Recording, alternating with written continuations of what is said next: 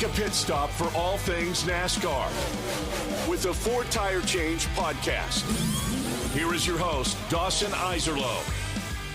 And we welcome you into the Four Tire Change podcast, ESPN Southwest Louisiana. Dawson Iserlo with you as always. Special guest with me today is Matt Miguez. He's joined us here before, and there's a special reason he's joining us here this week, so more on that in just a minute. But we've had another week of NASCAR news and notes. Of course, the race at Talladega all the way back on Sunday. A big-time win for Austin Cindric and more kind of post-race inspection drama afterwards. So we'll start with that. And then Texas Motor Speedway, going to be exciting this weekend. Me and Matt are going to be there, so that's going to be pretty cool. We'll get a different perspective there. Should have a lot of great content for you as well. But let's start with Talladega. We'll start with the week that was before. A race in which I was ready for chaos because it's been a few weeks of less than chaos in the Cup Series. Just not a ton of great races as of late. And we didn't really get it. I mean, it was about as tame a Talladega race as we've seen in a long time. I didn't mind everything about it. I thought the strategy was great. I love the green flag run where you see the green flag pit stops make a big, have a big role in this thing. But in the end, just nobody made a move. I know that's part of this package. It's part of where they're at. But Austin Cindric is kind of up front, just kind of cruises up front. And he beats Ryan Preece just barely. More about Ryan Preece in a minute. But I don't know, man. I just was kind of taken aback by the fact that nobody was able to make any big moves at the end of the race and force the issue. Maybe you could argue just would have led to a wreck anyway. But in the end, this thing lacked the climax that we thought it was going to get to. Yeah, one thing that really kind of put a damper on it early was having some heavy hitters like Ryan Blaney and Christopher Bell, DNF early on.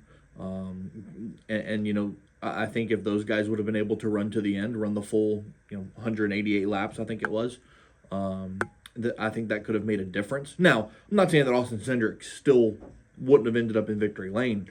But guys like Blaney and Bell could have made things definitely more interesting down the stretch. Yeah, you're talking about the tameness of Talladega.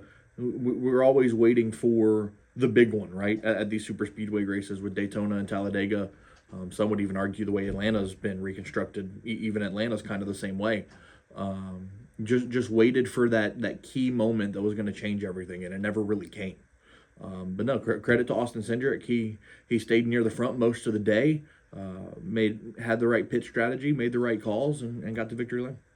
And he's a Daytona 500 champion. He's, few moves away from another Daytona 500 win potentially this year. He's a guy who's proven he's pretty good at these types of tracks. So in that regard, and hey, look, man, he gets in the playoffs. He gets a lot of pressure off his back. Was having an okay season, but now the idea, of course, not having to worry about where you're positioned in the standings as far as the playoffs is a massive benefit for him. Speaking of where you're positioned in the playoffs, it's been a great season. I've been really excited to follow the year of Ryan Preece, getting a chance over at RFK, finishing highly and finishing efficiently, kind of getting the most out of his car week in and week out. And there he is with a chance to win this thing. He doesn't quite get there. Second place right behind Cindric. It's a photo finish at the end. And you're thinking, and my thinking goes to, man, another great run for him, more quality points. This guy's going to keep climbing up the standings. And then, of course, we get more post-race inspection DNFs. And it's a theme now. It's happened more so in the last couple of years than really at any other point in recent memory. I don't know anything about the technicalities of what he actually was guilty of and whether it was an accident or it was manipulated or whatever it is. But we're at this point now in NASCAR, and this one's big, man. Ryan Preece drops from inside the playoff cut line by a lot all the way down to 18th in points. It's frustrating to watch a race and then have to sit there and go, well, I hope nobody fails inspection. And I know that NASCAR's been really strict about the new car, like, hey, you cannot modify any of this stuff, so they've got to enforce it. So I get it on one hand. But they also went multiple decades without really doing any of this stuff and kind of giving slaps on the wrist. I don't know. Whether it's the teams that have to start following orders more often, or that's what I was just about to ask. Do you think it's the teams know what they can't do and they need to follow that better, or do you think NASCAR maybe needs to loosen up a little bit? Yeah, and I guess it's tough for me to not have the super technical background to know some of these things, and I guess NASCAR has probably a better idea than I do of whether or not they feel like some of these moves are manipulated. But their point has been like, well, it doesn't matter if you meant to or not. We have to enforce it like this because that's how the rules are written, and whether it's one the deck lid being a centimeter off of what it, fits the template and the frame, or whether it's, one missing bolt, whatever it is. I don't know. But Ryan Preece gets a massive 50-point penalty. Well, I guess not 50-point penalty. He forfeits his finish, Correct. which would have amounted to 50 almost 50 points. Right. And now finds himself in a hole in the point standings. I did want to talk about the point standings a little bit. You've got a couple of Hendrick cars near the top. A guy like Chase Elliott, top 5 in points, yet hasn't found victory lane. But at the end of the day, hey, you're finding the finishes you need to find. You're maximizing your days, day in and day out. It's been interesting to see, a couple other teams break through with the wins. But the 9 team, and there's been a couple others that have been like that. Both the 2311 cars have really been consistent in their finishes. Still fighting their way up in the standings. And right now, in a year where we've had a few, winners win multiple races, it doesn't seem like we're going to have 14, 15 different winners. Right. That should be plenty good enough for those drivers to make the playoffs. It's been really interesting to see the different strategy, right? It almost feels like the 9 team is racing for points rather than racing for wins, which is a strategy that we've seen work, right? They're okay with consistently getting top 10s, a couple top 5s in there. We talked about the DNFs to Preece and Joey Logano that ended up giving Chase Elliott a top 5 on Sunday at Talladega. So they're going to take that any way they can get it. Same thing with the 2311 team, like you talked about, Bubba Wallace and Tyler Reddick doing really good jobs of just staying near the front of the pack week in and week out, getting stage points, getting playoff points, and that's really going to make a difference for them down the stretch, especially if they can find victory lane at one point or another. Yeah, and that's what I was going to say, too. I wonder if that 9 team's also in a situation where they haven't brought race-winning speed to the track too many times for whatever reason this year, and when they do get that car that they feel good about, you'll see a different approach. You'll see a more aggressive strategy. And, hey, maybe that starts this weekend at Texas, a place where Chase has had a lot of success. Won there last year in the spring. Let's go to Texas then, right? It's a track that's been maligned for a long time. Of course, the new car that runs really good on intermediates has helped that a little bit. You'll have an opportunity, like you said, guy like Chase, who had a great run there last year, got into victory lane. We're going to be there in person. It's going to be fun. It's fun, and I know you haven't been to as many of these as I have, but the sights and smells are special. It's one of the sports that really you can't explain and you can't grasp it on TV, right? Hockey gets that kind of a comparison as well. What are you looking forward to? Well, this is my first race, so just kind of seeing it in person, right? Smelling the tires tread away as they go around the track, and hearing the roar of the engines in person. Because don't get me wrong, it's loud on TV, you hear it. But it's going to be something special in person.